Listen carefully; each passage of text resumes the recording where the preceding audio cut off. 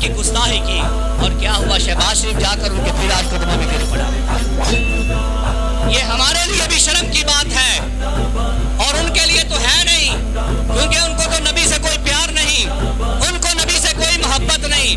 नबी से मोहब्बत करते हैं तो हम करते हैं, और अगर नबी की खातिर जाने देते हैं तो वो भी हम देते हैं।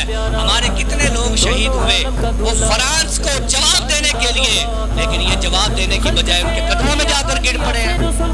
ये सारा कसूर हमारा है। हम लोग इनको वोट देकर इख्तिदार में लाते हैं और इख्तिदार में आकर ये अपनी मनमातियां करते हैं।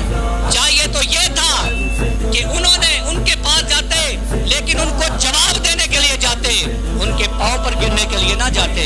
है तुम जाने लगे थे तो कम से कम गाजी इल्मुद्दीन शहीद का जुमला तो याद कर लेते, कम से कम दाता अली हजवेरी से तालीम पढ़कर चले जाते, कम से कम बाबा फरीदुद्दीन गंज शक्ल से पढ़ लेते।